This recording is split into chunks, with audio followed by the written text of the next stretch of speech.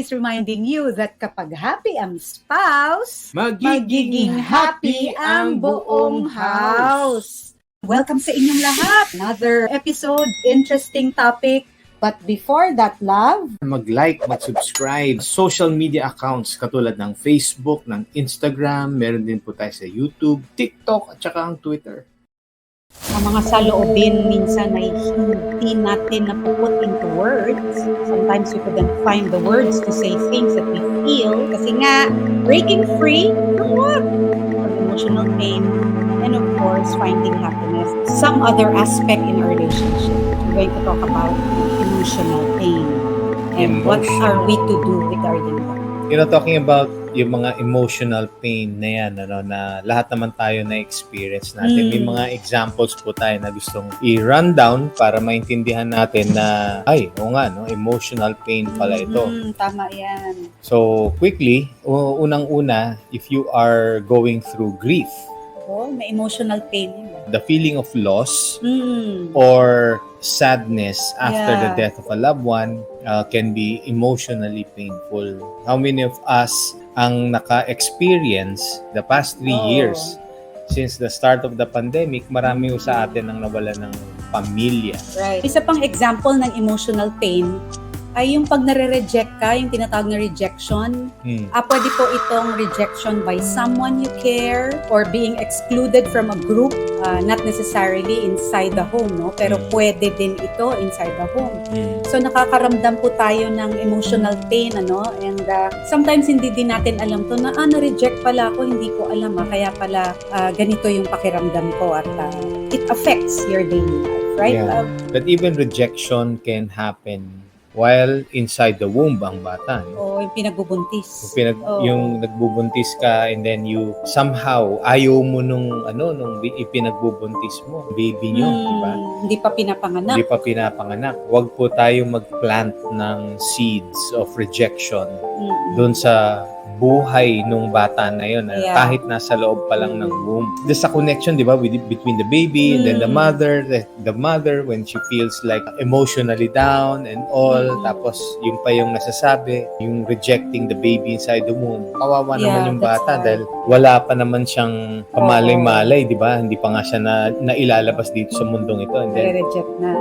A lot of you can relate. Isa pa pong example, ay betrayal. Yan. Sinasabi nga natin na napakasakit na when someone you trust violates that trust, it can cause emotional pain, may galit, may sakit, at ito nga yung tinatawag na betrayal. They were betrayed by their own friends, minsan po sarili nilang pamilya, kapatid. So it causes talagang emotional pain in us at affects our daily life at napakahirap po talaga nito, especially if you are unaware na ganun yung nararamdaman mo at hindi mo ito man lang nasasabi sa iba or more so sa sarili mong asawa. After betrayal, meron tayong tinatawag na guilt. Feeling guilty about something you did or did not do is also, it's emotionally painful. It can lead to self-blame or shame. Like, kunyari, hindi lumaki sa kanila yung kanilang anak or, of course, yung iba po nagtatrabaho sa ibang lugar. So, minsan, meron silang ganong dinadala at hindi nila alam na ito ay isang example ng emotional pain.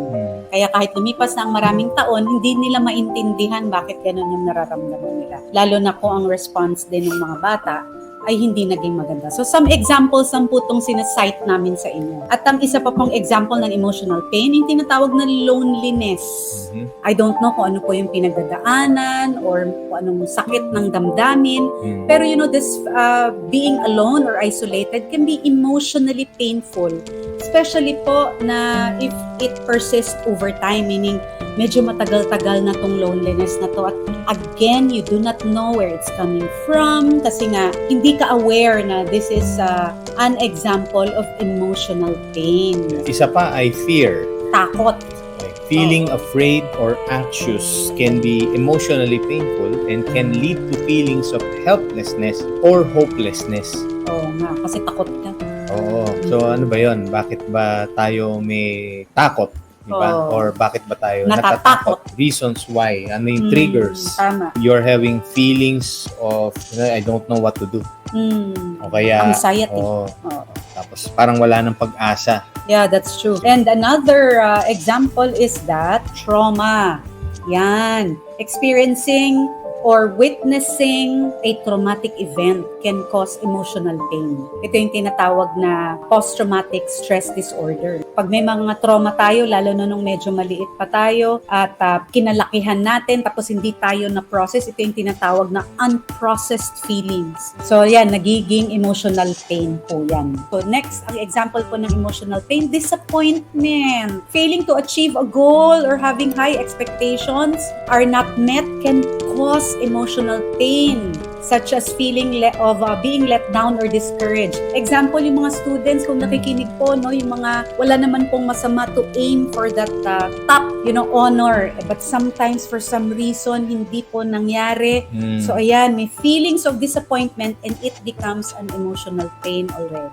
So, napakahirap po yan at maganda na ma-process nga natin itong mga ito so that you will be set free nga. So, later, pag-usapan natin how. Yung next one is jealousy. Feeling jealous or envious of someone else can be emotionally painful. Wow. Minsan, inaalaw natin ang sarili natin na mainggit o magselos sa kung anong meron, kung ano ang wala. Pwedeng ganun di ba? Ano ba yung wala? Wala silang problema. Wala silang ganito, ganyan. Wala silang pinagdadaanan na katulad natin. So, being jealous or envious, this may also lead to feelings of inadequacy or inferiority.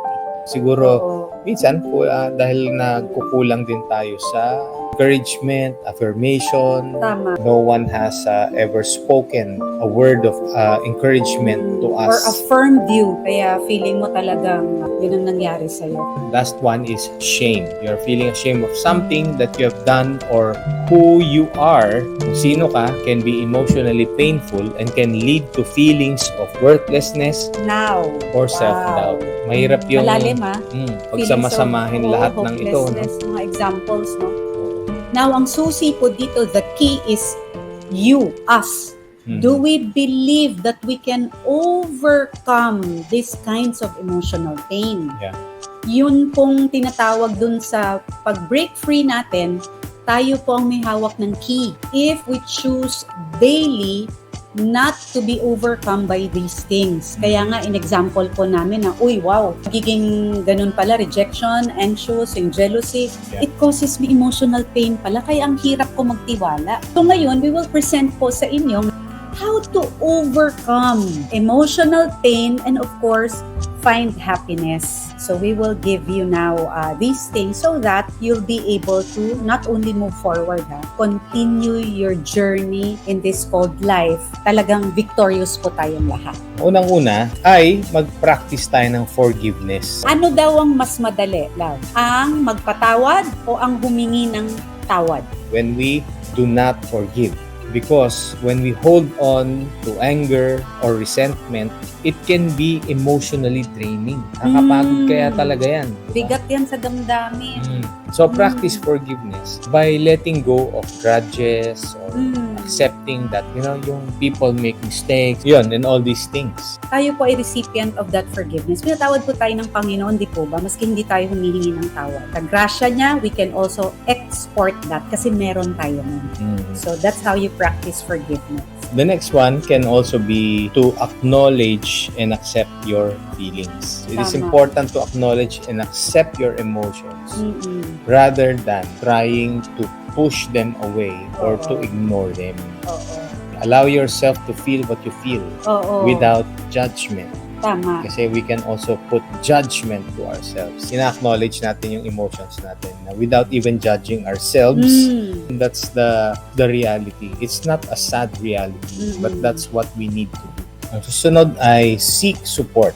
Mag-reach out tayo sa mga kaibigan natin, sa mga family. Meron naman tayo siguradong mga closest people sa buhay natin. Nandiyan mga pamilya, kaibigan. Hopefully, itong mga pamilya at kaibigan na pipiliin nyo rin kasi minsan, imbis na makatulong, baka lalo nakakadagdag pag ginagatungan ka pa. Or chinismis ka. Kailangan natin ng emotional support. Kung sanay na talaga itong nasabihan mo, lalong-lalo na kung wife mo or husband mo, ang gagawin lang naman nung wife mo or nung husband mo ay makinig sa'yo. That's already enough a way for us to be able to give that support, yung tama. emotional support na yan by Yeah. just listening. Right. Isa pa po. Practice self-care. Kailangan din natin pangalagaan ng sarili natin, physical and emotional needs. Tama. Minsan kasi yung effect niyan, hindi tayo nakakain, hindi nakakatulog. Hindi So, nakakaisip. sobrang desperate na tayo and hindi mo na maisip na magutom ka o inaantok ka na, Yes. di ba? Because nade-drain ka na nga, but hindi pa natin inaalagaan ang sarili natin. Then, hindi nakakatulong yon sa ating well-being. It's going to destroy our bodies. Physical health Okay. mo. Kailangan po natin ng nutrisyon at number 1 po dyan ay makatulog. Kaya kailangan i-process po natin itong saloobin natin ito. Diba? Lalo na kung masakit. Kung kailangan po talaga ng professional help, it's okay po to seek professional help.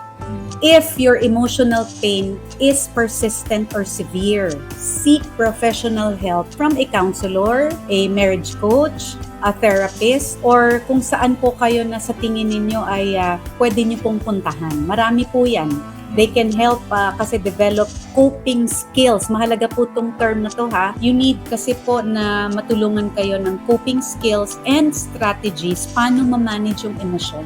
Yeah. Again, just giving you some insights and some things that you can start doing. But then again, if you feel like you want to message us or you need help in your marriage, pwede pa rin po tayo dito sa ating coaching services. In-offer po natin ito. Please PM us so that our staff can also send you some information. We work through issues also na hinaharap po nating lahat. Okay, so again, this is Coach Mary Antenya. And this is Coach Chico na nag-iiwan sa inyo.